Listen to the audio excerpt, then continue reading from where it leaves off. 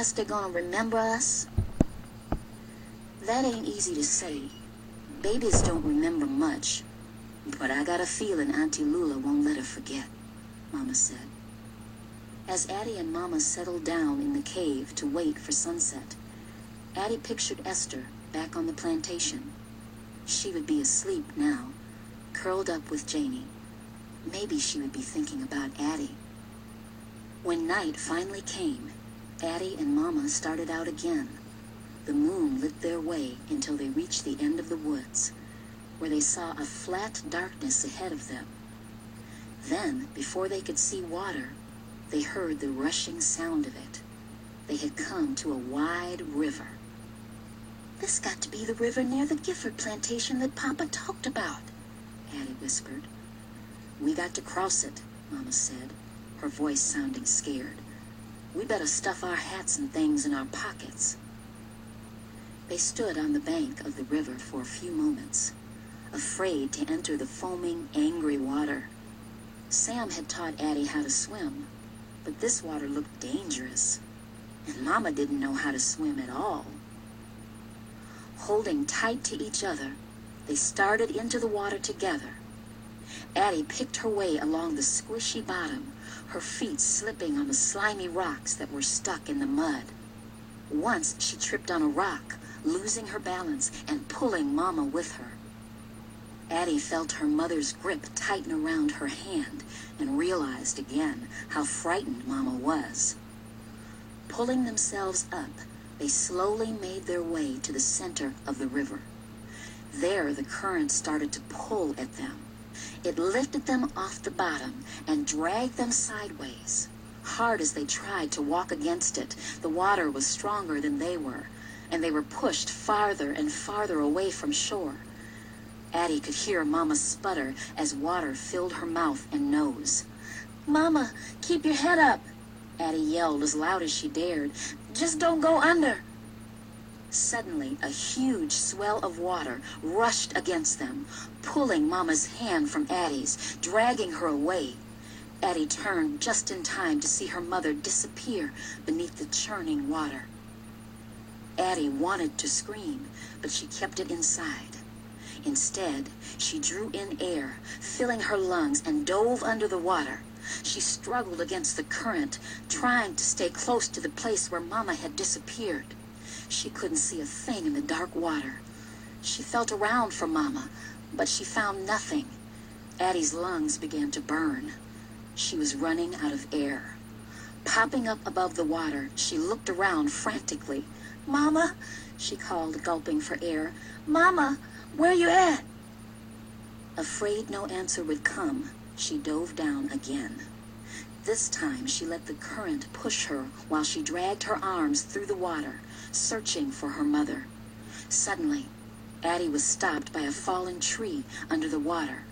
She groped among the branches, but their sharp ends jabbed and poked her. She kicked furiously to get away when suddenly her foot hit something soft. It was Mama, trapped in the branches. Addy braced herself against a large limb, grabbed Mama, and then pushed off against the tree with all her strength to bring both of them to the surface. Gasping for air, the two struggled to the far shore. Clutching each other, they finally reached the shallows where the water calmed. Exhausted and breathless, they fell on the riverbank.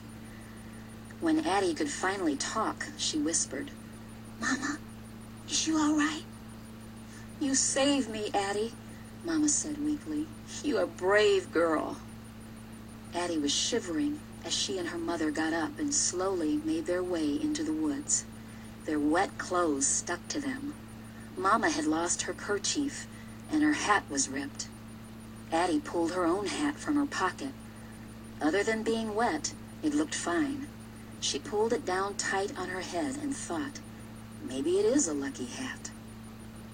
She reached to see if the cowrie shell was still around her neck. It was there, and something else was, too. It felt like a wet leaf. When she peeled it off, Addy realized it was a leech. She shuddered and quietly flicked it away. Addy and her mother traveled for hours before Mama spotted the railroad tracks. Addy had never seen tracks before. They were shining silver, and they pointed the way north to freedom. "These gotta be the tracks your father talked about," Mama whispered. "We gotta be extra careful out here. They ain't hardly a place to hide." They had seen no one since they started their escape, but tracks meant a train could come at any time. Travelers might spot them. They could trust no one. Addy and her mother followed the path of the tracks in the moonlight. When the noises of the night were gone and bird songs began to fill the air, they found a thick clump of pine trees near a curve in the tracks. Gathering dead branches and brush, they made a shelter and crawled inside. Addy could barely keep her eyes open. She was too tired to slap at the ants that crawled on her legs or swat at the flies buzzing over her head. She curled up and rested her head on her mother's chest. "I'm real proud of you," Mama whispered as she gently stroked Addy's hair away from her face. Addy smiled. She could feel her mother's heart beating. It was a soothing sound.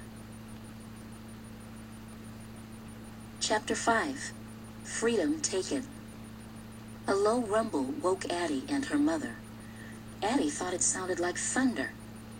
Then a light appeared far in the distance. Addy could see it moving toward her, getting bigger and bigger. It looked as if the moon had fallen from the sky and was rolling through the tops of the trees. Safe in the darkness, Addy and her mother crept out of their shelter just in time to see something Addy had only heard about: a train. She could make out its shape charging through the darkness. The engine was spitting red sparks, and a ribbon of smoke ran along the length of the train. As it passed along a curve in the tracks, Addy watched its rear light disappear into the distance, but instead of moving away in a straight line, the train turned to the right. Addy was puzzled. Then she understood. The train had turned on a set of tracks she could not even see yet. "Mama, we're here," Addy said, a little too loudly. She lowered her voice.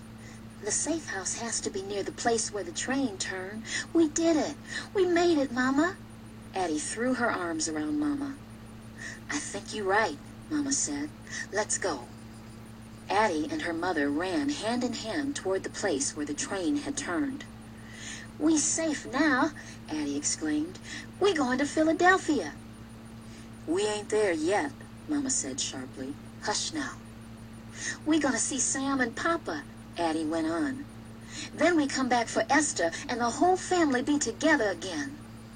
Addy pictured them all in Philadelphia, living in a beautiful house. "Freedom ain't that easy, girl," warned Mama. "Don't get your hopes too high." But Addy didn't hear her. Spurred on by her thoughts of Philadelphia, she moved faster and faster, pulling away from Mama. Running fast, she felt the cowrie shell beat against her chest. She was going to freedom. It was a long way to the place where the train had turned, but Addy was still running when she saw a small light. It looked like the glow of a lantern. Addy thought it must be in the window of the safe house. She raced toward it, her mother far behind. It was not until she was closer that she saw she was wrong. She stopped suddenly. The light was from a small campfire in a clearing near the tracks. A group of men were gathered around it. Addy could see them lying on the ground, sleeping. She was about to turn and run back the other way when she heard a gruff voice call out, "Who's there?" Addy turned. She could see the face of a white man in the light of the fire. He had on a gray jacket and gray pants. He was a Confederate soldier, and he was staring right at her. "Oh, it's you, boy. Bring me some water," the soldier said. Although Addy knew he was looking right at her, she didn't think he was talking to her. He was talking to some boy. But what boy? Just then, Addy remembered the disguise. She was the boy. Desperately, Addy looked around. Then she saw a bucket of water. To get to it, she had to walk right through the soldiers' camp. She saw another soldier on the ground stir. He rolled over. What if they all woke up and captured her? Addy lowered her head, touched the cowrie shell briefly, and began to move. Inside, she was shaking, but on the outside, she was walking straight and strong past the sleeping soldiers. She picked up the bucket and brought it to the soldier. "Train scare you, did it, boy?" the soldier asked. Addy kept her head down and nodded. "You'll get used to it after a while. Get on back to sleep," the soldier said. Addy wanted to rush back into the woods, but she knew she couldn't. She acted as though she belonged in the camp. She walked to the edge of the clearing and lay down. The soldier lay down too, and Addy waited a few minutes until she could hear him snoring. Then, as quietly as she could, Addy crept away from the soldiers and into the woods. "I got to warn Mama," Addy thought. Just when she had gotten far enough away from the camp to start running, someone reached out and grabbed her. It was Mama. She pulled Addy so close to her that Addy could feel the shell pressed between them. Mama held Addy for a long moment and then led her away. When they were far from the camp, Mama spoke at last. "I was watching you with them soldiers, Addy, and I was holding my breath the whole time. But you did it, girl. You kept your feelings inside this time. Your papa would be proud of you." They walked farther along the tracks until they came to the place where two sets of tracks met and formed a silvery cross. A house stood just beyond the cross, up on a little hill. It was white with red shutters. Papa had been right. To Addy, it seemed that the house was just waiting for them. They did not have to run to it. They only had to walk and knock on the door where freedom was. It would open to them. Addy and her mother crouched in the shadows, staring at the white house. There was no light from inside. "Why are we waiting?" Addy whispered. "I don't know if it's safe," her mother said. "There might be more of them soldiers around." "It's got to be safe," Addy said. "It's a safe house." "It ain't that simple," Mama said. "Your papa said a white woman lived there. Them soldiers might be coming in and out of there. I don't trust them." "But Mom got to trust the white woman. If we don't, where are we gonna go?" Addy asked. Without answering, Mama took a deep breath and stood, pulling Addy up with her. They slipped out of the shadows and walked to the house. Mama tapped lightly on the door. No answer came. She tapped again, and still there was no answer. Addy looked at her mother's face. It was calm and still. At last, a light glowed in the house. Through a small window, Addy could see the light of a candle move through the dark house. She heard the door being unlatched on the other side. It opened, and an old woman not much taller than Addy stood before them. Her face shone in the light of her candle. "Miss Caroline, can you help us?" Addy asked. Addy saw the woman's face twist into an angry scowl. "I thought I told you not to come here, boy. Go back and tell those soldiers I won't help them," Miss Caroline said. She started to shut the door. Addy stuck her foot in the door to keep it from closing. "We ain't with them soldiers, ma'am," Addy said quickly, "and I ain't no boy." Addy pulled her hat off, revealing her braids. "Me and my mama running away to freedom. Can you help us?" Addy saw the look on the woman's face soften. All the anger washed from it. "Come in," Miss Caroline said. "Please, come in." Addy and her mother stepped inside.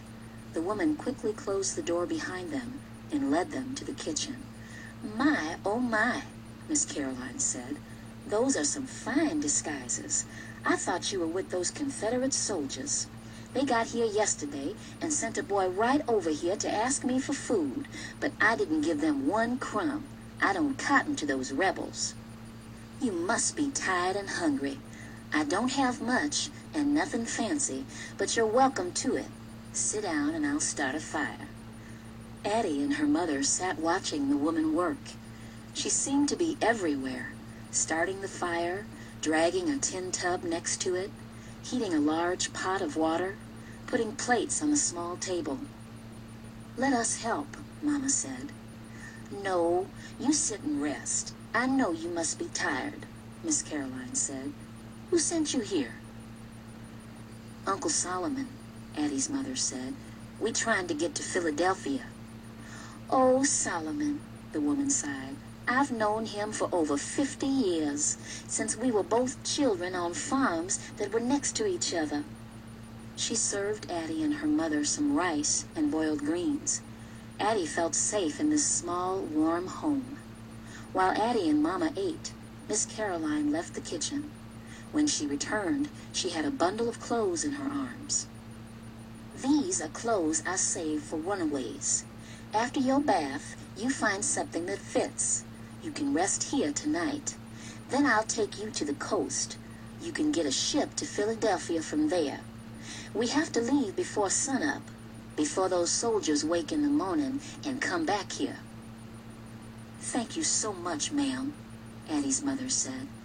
"I wish I could do something for you." Addy went to her bundle and untied it. She took out the half-dime Uncle Solomon had given her and held it out to the woman. "Oh, I don't want money," Miss Caroline said, "and I don't want you to do anything for me. There's no need to thank me. You both are so brave to have escaped and come so far. It's thanks enough to know I'm helping you have a new life." Addy and her mother took long, hot baths. The dirt from their journey melted off them in the warm water. That night, for the first time in their lives, Addy and Mama slept on a real mattress, not one full of itchy corn husks. Addy tried to stay awake so she could think about how good it felt to be clean and safe, but she was too tired. She fell asleep in Mama's arms. Before the sun came up, Addy, Mama, and Miss Caroline got ready to leave the small white house with the red shutters. Mama was dressed in a brown dress, Addy in a pink one. Addy loved her dress with its wiggly white stripes and white buttons running down the front. It was prettier than any she had imagined when she dreamed about freedom. Miss Caroline had found a pair of drawers and a straw bonnet that just fit Addy. After Addy tied the ribbon of the hat under her chin, she stood straight and tall for her mother to see. "How I look, Mama?" Addy asked. Mama's eyes filled with tears. "I wish your papa could see you, child." Outside, Miss Caroline hid Addy and her mother in the back of her wagon and covered them with some old sacks. The wagon rocked gently and pulled away from the safe house. Addy lay close to her mother. She reached to her neck and felt for the shell. Holding it tightly, Addy thought of Esther, Sam, Papa, and even her great-grandma, who had come across the water alone. They were with her, all of them. With the deep well of love in her heart, she could feel them with her. "Mama, we done it," Addy said softly, "just like Papa said. We took our freedom."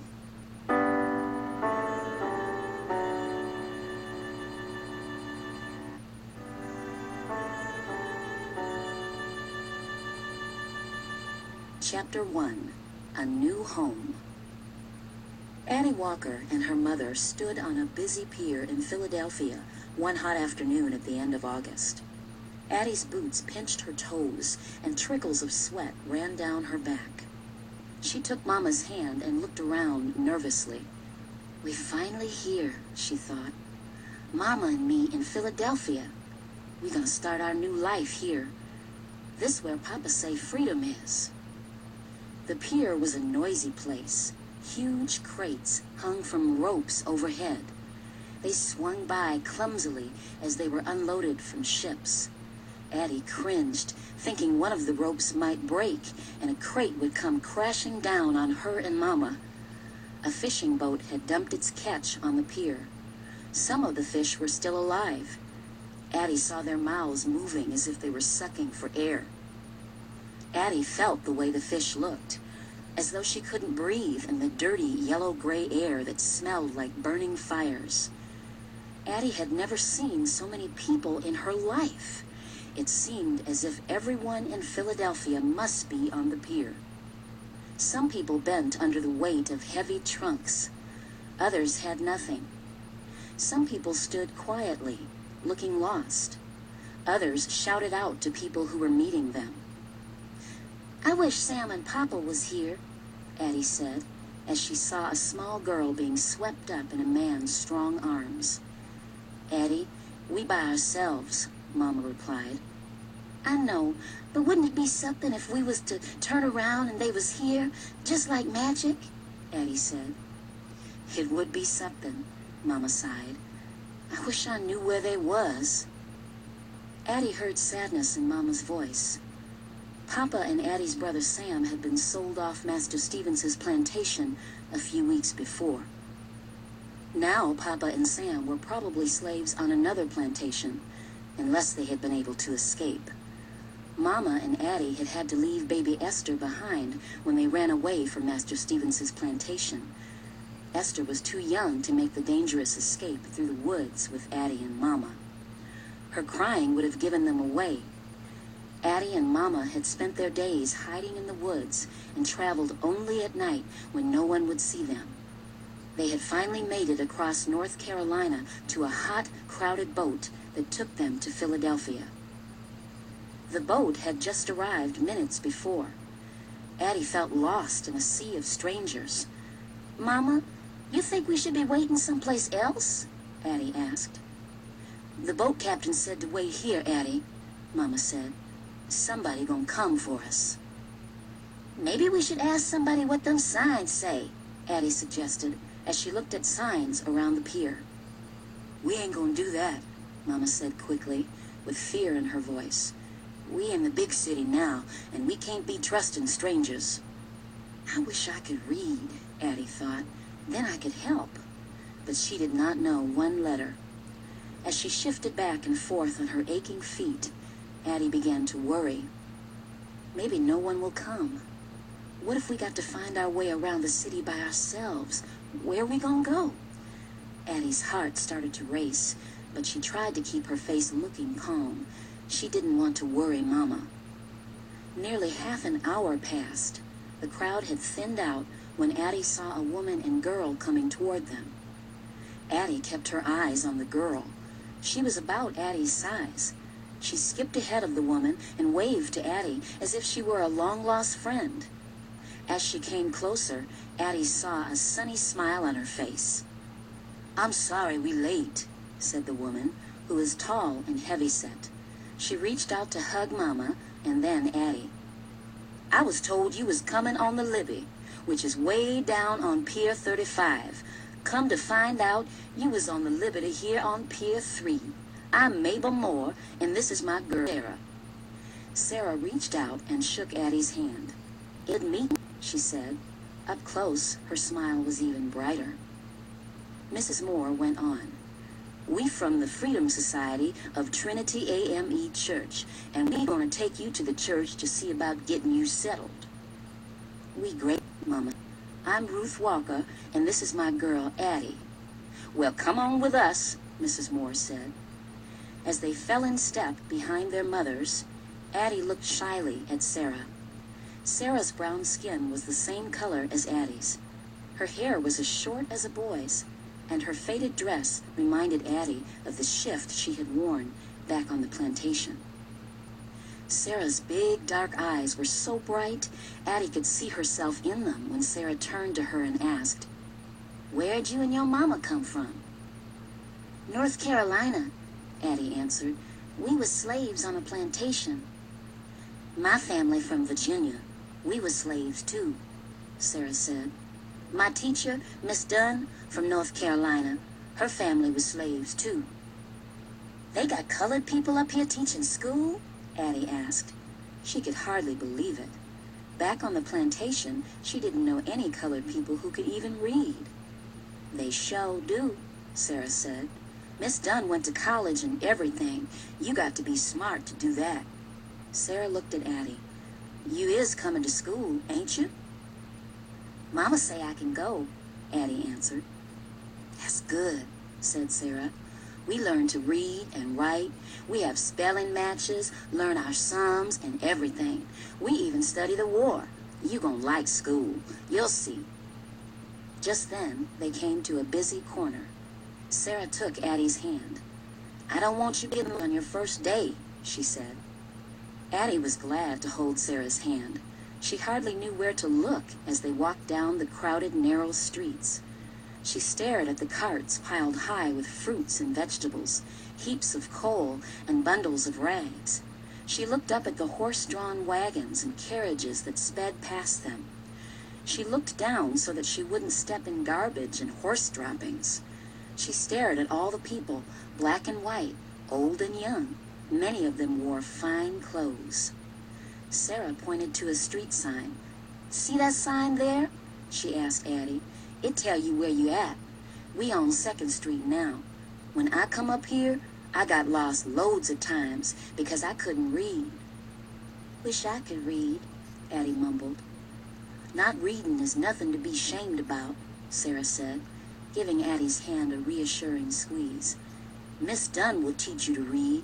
She taught me, and I can help you learn too. Addy smiled at Sarah. I'd like that, she said. I'm going to help you, I promise, Sarah said, smiling her sunny smile. When they arrived outside the church, Addy was amazed at how big it was. And when they went inside, she could hardly believe her eyes.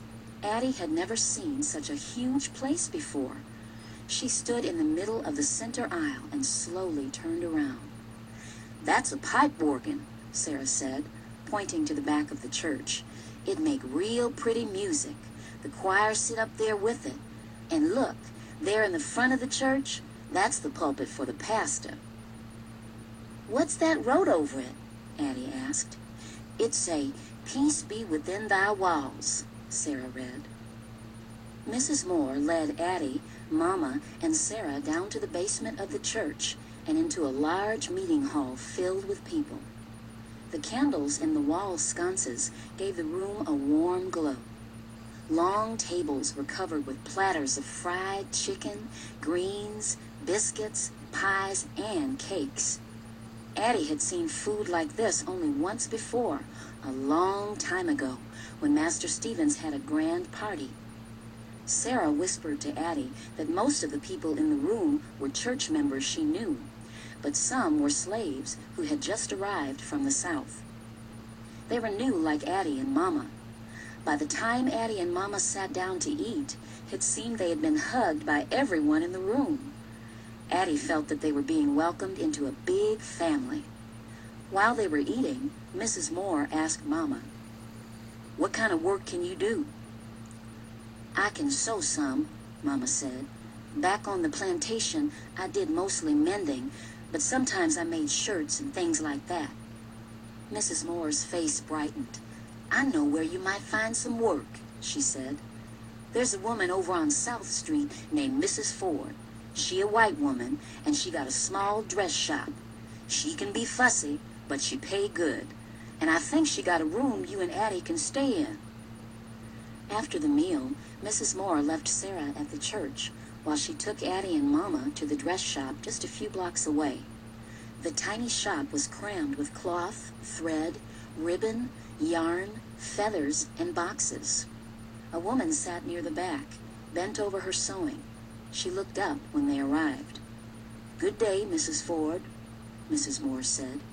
The three visitors barely fit inside the shop. Mrs. Moore introduced Addy and Mama and said, I think Ruth Walker would be a fine seamstress for you. I'll be the judge of that, Mrs. Ford snapped, looking over the top of her spectacles. You know, Mrs. Moore, the last girl you brought here got married and left me soon after she started.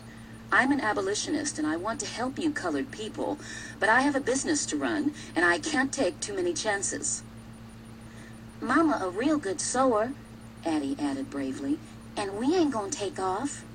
Mama squeezed Addy's arm, and Addy fell silent. Mrs. Ford's sharp eyes looked at Addy, and then at Mama. She said, I'll hire you, Mrs. Walker. on a trial basis. $1 a week to start. I run a first-rate shop here. Most of my customers are from Society Hill, and they expect the best. You'll have to do fine work, and I'll expect you to make some deliveries. If you can't do the work, I won't keep you on. This is a business, not a charity ward." "Yes, ma'am," Mama said. Her voice was soft, but steady. "All right, then," said Mrs. Ford. "I'll take you up to the room where you and your daughter can stay." Addie, Mama, and Mrs. Moore followed Mrs. Ford up 3 flights of steep, dark stairs. At the top was a garret. Addie's heart sank. The room was dirty, stuffy, and hot. It was smaller than the cabin Addie's family had lived in back on the plantation.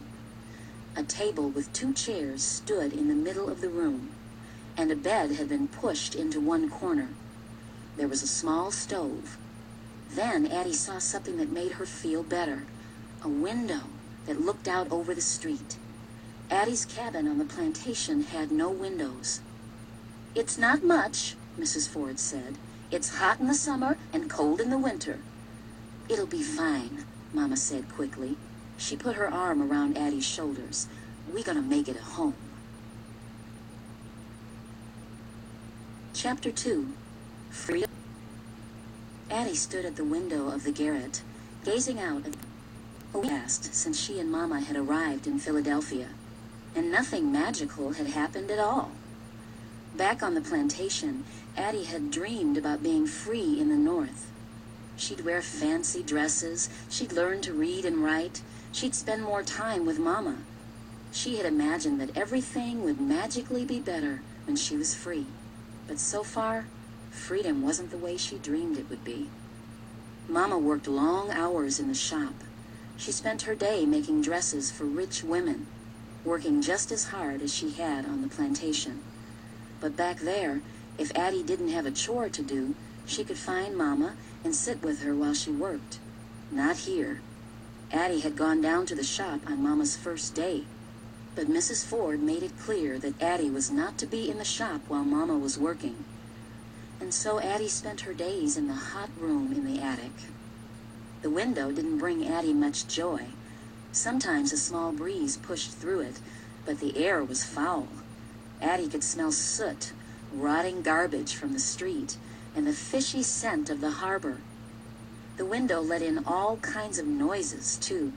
Trains clanked in the distance. Ships in the harbor sounded their deep, lonely horns. Although Addie didn't like being alone in the room, she was too scared to go out by herself. She didn't know her way around. She couldn't read the street signs, and the crowds of people in the streets frightened her. Sarah had told Addie that she once had seen a boy pushed into the path of a speeding wagon. Both his legs had been crushed. The only time Addie went downstairs during the day was to go to the privy. 10 families used the same privy. It sat in the middle of a dark, filthy alley. The privy smelled awful, and the alley did too. People threw all sorts of things into the alley. Dirty water, table scraps. At night, rats prowled through the piles of garbage. Addie had seen Sarah only once, at church on Sunday. Sarah's mother was a washerwoman, and Sarah helped her, so she had little time to play. Addie longed for baby Esther, Sam, and Papa more than ever, but she didn't tell Mama. Addie was lost in her thoughts when she heard someone running up the stairs. She opened the door and saw Sarah. "I'm so glad you're here," Addie exclaimed. "Ain't you got to help your Mama today?" "I do," Sarah said. "She sent me to the store for some bluing and a cake of soap. She said I could stop by here for a minute, and guess what?" Sarah went on. "Your Mama said you could come with me." Addie was so happy, she took Sarah's hand, and they ran down the stairs. When they got outside, Sarah said eagerly, "School start next week. I can't wait." "Me neither," Addie said excitedly. "You can sit with me," said Sarah. "We got double desks, and you can be my desk partner." "Good," agreed Addie, though she couldn't imagine what a double desk looked like. "My Mama is letting me wear my Christmas dress from last year to the first day of school." Sarah went on. Addy looked down at her dress. It was the same pink one she'd worn when Sarah met her at the pier. "Do the girls dress real fancy at school?" she asked. "Some do," Sarah answered. "There's this one girl named Harriet. She got lots of pretty dresses." "It sounds like she rich," Addy said. "Compared to us, she is," shrugged Sarah. "Her mama don't work." They came to a curb and waited for a wagon to go by. It was the biggest one Addy had ever seen. The wagon was drawn by 2 horses and packed with people, some sitting, some standing. "What kind of wagon is that?" Addy asked. "It's a streetcar," Sarah explained. "Streetcars go all over the city to take people to different places." "Let's get on it," Addy said as they crossed the street. "It looked like fun." "We can't ride it," Sarah said, "even if we had money for the fare, which we don't." "You mean children got to ride with their mama or papa?" asked Addy. "No," Sarah said. "I mean, they don't let colored people ride on that streetcar." Addy looked confused. "It's true," Sarah said. "There's a few streetcars for colored people to ride on, but we can only ride on the outside platform, even if it's raining or snowing, and they charge us colored folks the same fare they charge whites." "That ain't right," Addy said. "It ain't, but it's the way things is," Sarah said. When Mama came to bed that night, Addy told her about the streetcars. "This where freedom's supposed to be at," Addy said. "They ain't supposed to be things colored folks can't do." "Honey, you're right," Mama said, turning over the pillow so the cool side touched Addy's cheek. "But there's more to freedom than riding a streetcar. There ain't nobody here that own us and beat us and work us like animals. I got me a paying job. You can go to school and learn to read and write. When you got an education, you got a freedom nobody can take from you. You'll still have it, even if you never ride a streetcar." "I wish you ain't have to work so hard," Addy said. "We got to buy everything now, food, candles, coal, matches, and it all costs so much." "Freedom got a cost," Mama went on. "Just like Uncle Solomon told us before we left the plantation, it costs money and hard work and heartache." She kissed Addy's forehead. "Be patient, honey. Things gonna get better, I promise. Now you go on to sleep. I got sewing to do." The first day of school, Mama and Addy were both up before the sun. Mama had washed, starched, and ironed Addy's pink dress so it looked like new. Now she braided Addy's hair in 2 braids and tied each with a ribbon that Mrs. Ford had given her from the end of a roll. When Mama finished, she hugged Addy. "Do good in school now, Addy," she said. "You a smart girl." "I'm gonna work hard, Mama," Addy replied as she hugged Mama back. Suddenly they heard someone running up the stairs. Sarah burst into the room without knocking. "You ready, Addy?" she asked. Sarah had on a dark green dress trimmed in white. It was old, but clean and carefully mended. "You look real nice, Sarah," Mama said. She handed Addy her lunch pail. Mama had tied a scrap of green and white cloth to the pail so Addy could tell hers from other children's. Mama walked downstairs with the girls. "Y'all be careful now. Watch out for them wagons and streetcars, and don't talk to no strangers. Go straight to school and come right straight back here after." "Don't worry, Mrs. Walker," Sarah said. She hooked arms with Addy. "I'm gonna look after Addy. I ain't gonna let nothing bad happen to her." The 6th Street School was a brick building near Trinity Church. Boys and girls had gathered on the steps out front. All of them were black, and they were all different ages. They were talking and laughing and playing. Addy felt scared, but she tried not to show it. She held tight to Sarah's hand as they walked past the other students and went into the building. Sarah showed Addy the way to their room, which was a classroom for boys and girls in the lower grades. Addy felt more nervous than ever when she saw the classroom. It was crammed with desks. In one corner was a large black stove. On 2 walls of the room were huge black squares filled with writing. On another wall, there was a large piece of paper filled with colorful shapes. "What's that for?" Addy wondered. A group of children was already in the room, talking happily to one another and looking through books. Addy was worried. She knew those children would soon find out she couldn't read or write. Addy held on to Sarah's hand, but she wanted to break away and run. This interrupted Addy's thoughts. "Here come Miss Dunn," Sarah said. Addy watched as the teacher entered the room. Miss Dunn held her head high and her back straight. Her long skirts swung gracefully as she made her way across the room.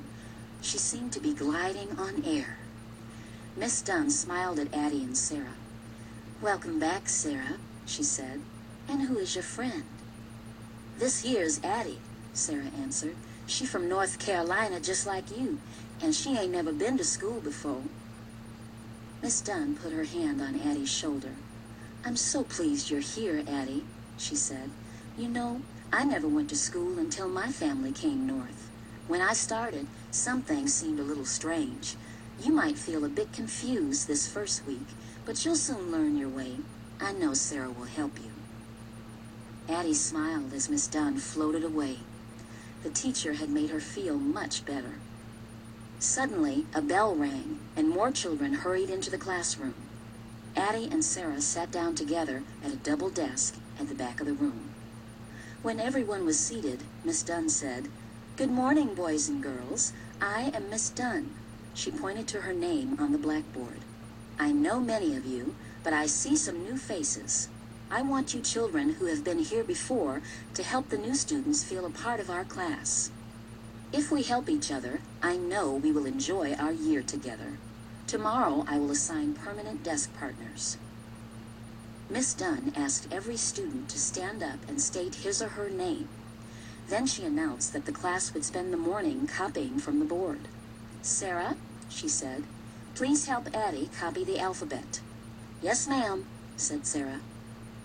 Sarah was a patient teacher. She showed Addy how to hold her slate pencil and how to form the letters of the alphabet. Addy tried to hold her pencil the way Sarah did, between her thumb and first 2 fingers, but it kept slipping. Her letters looked shaky. Addy finally wrapped her entire hand around the pencil. Even then, the letters she slowly formed were squiggly and rough. Miss Dunn stopped to look at Addy's slate. "You're doing fine," she said. Then she wrote something on one side of the slate. "This is your name," she said. "I want you to practice it." Addy stared at the letters. It was the first time in her life that she had seen her name written down. Addy tried to copy the letters carefully, but her slate pencil broke because she pressed down so hard. The letters wobbled across her side of the slate in a crooked row. Addy erased them and started again. This time they looked more like Miss Dunn's letters. Sarah looked at Addy's slate. "That's good, Addy," she said kindly. "I can read that plain as day. A-D-D-Y. Addy had to smile. It had been a struggle, but she had written her own name, just as she dreamed she would. And she had found something she had not even dreamed of when she worked in the tobacco fields. In Sarah, she had found a friend. Chapter 3. Tested. The next morning, Addy's heart beat quickly when Miss Dunn announced the new seat assignments. "Addy Walker, you'll share a desk with Harriet Davis," she said. Addy and Sarah looked at each other, and then Sarah blurted out, "Miss Dunn, can Addy stay with me? I've been helping her." "No, Sarah. I want Addy to sit near the front of the room.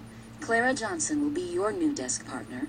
You can help her," Miss Dunn replied. Addy rose slowly.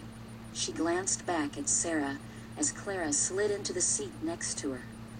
Addy went to her new seat. She sat down next to Harriet and smiled shyly. Harriet did not smile back.